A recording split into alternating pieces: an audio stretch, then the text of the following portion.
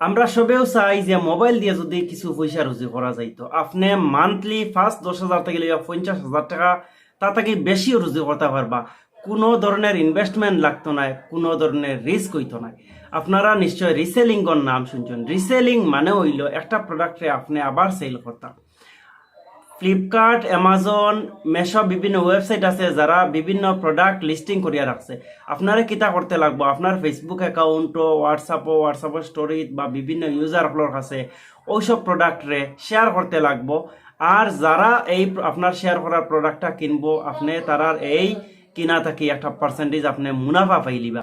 আজকে আমি আপনারা দেখাইয়া যাইমু এই মেশোর রিসেলিংটা কিভাবে করতে হয়। মেশো থেকে আপনার প্রোডাক্ট বিভিন্নভাবে বিভিন্ন জনের কাছে সেল করিয়া অনেক বেশি টাকা ইনকাম করতে পারবা। ভিডিও স্কিপ না করিয়া প্রথম থেকে শেষ পর্যন্ত দেখলে আপনিও পারবা। তো চলুন আমরা স্টার্ট করি। মেশো থেকে রিসেলিং করার লগে আপনি প্রথমে মেশো অ্যাপ্লিকেশনটা ওপেন করবা আর তারপরে ওখানে লগ ইন করবা। এখানে বিভিন্ন ধরনের প্রোডাক্ট আছে। আমি যে কোনো একটা প্রোডাক্ট সিলেক্ট করলাম, 519 টাকার এই প্রোডাক্টটা সিলেক্ট করলাম।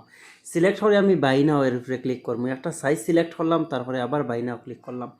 তারপরে এই যে অ্যাড্রেসটা আছে এটা কিন্তু আমার অ্যাড্রেস নয়, যার নামে আমি এই প্রোডাক্টটা কিনিয়া দিয়ার তার অ্যাড্রেসটা আমি কেন বয়াইমু। বয়াইয়া তারপরে কন্টিনিউর উপরে একটা ক্লিক করবো। তারপরে এখানে বিভিন্ন অপশন আপনি দেখতে পাইবা। এর মধ্যে একটা অপশন আছে রিসেলিং দ্য অর্ডার। এই রিসেলিং দ্য অর্ডারের উপরে একটা ক্লিক করিয়া ইয়েস করবো।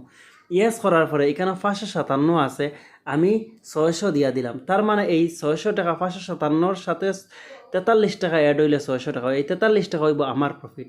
আমি যখন এই প্রাইসে দিয়া কন্টিনিউ করিয়া প্রোডাক্টটা কিনবো তখন যার কাছে প্রোডাক্ট যাইব তার কাছে এমআরপি থাকবো 600। তার মানে এখানে আমার মুনাফা থাকবো 43 টাকা।